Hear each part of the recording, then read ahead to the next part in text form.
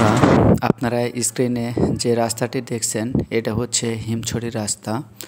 তো কক্সবাজার শহর থেকে 25 কিলোমিটার দূরে হিমছড়ি অবস্থিত। হিমছড়িতে আপনারা দেখতে পাবেন পাহাড়, ঝর্ণা আর সমুদ্রের দৃশ্য। তো এটার উচ্চতা সমুদ্রের তলদেশ থেকে 300 ফুট উঁচু। আর যে সিঁড়িটা রয়েছে সিঁড়িটা দিয়ে উঠতে প্রচুর পরিমাণে কষ্ট হয়, কারণ আপনারা তো বুঝতেই পারতেছেন প্রায় 300 ফুট উঁচু সিঁড়ি দিয়ে ওপরে ওঠা হয়, তখন তার অবস্থা কি হতে পারে। তো আমরা আজকে আপনাদেরকে ভিডিওতে দেখানোর চেষ্টা করেছি কিভাবে হিমছড়িতে আসা যায়, সেই ভিডিওটাই আপনাদেরকে দেখানোর চেষ্টা করেছি। আমরা কক্সবাজার শহরে নামছি, সেখান থেকে একটা সিএনজি করে আমরা 25 কিলোমিটার দূরে হিমছড়িতে আসছি। আসার পর সেখানে নেমে আমরা টিকিট কেটে সিঁড়ি দিয়ে উপরে উঠতেছি। আমরা আশেপাশের দৃশ্য আপনাদেরকে স্ক্রিনে দেখানোর চেষ্টা করছি। শুধু পাহাড় আর পাহাড়, আর সেখান থেকে সমুদ্র দেখা যায় আর ঝর্ণা রয়েছে।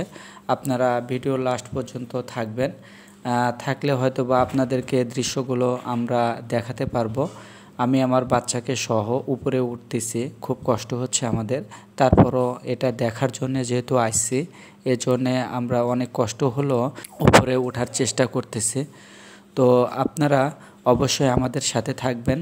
আমরা এই ভিডিওতে পুরো দৃশ্যটা আপনাদেরকে না দেখাতে পারলেও পরবর্তী ভিডিওতে অবশ্যই আপনাদের সাথে পুরো বিষয়টি শেয়ার করতে পারবো ইনশাল্লাহ।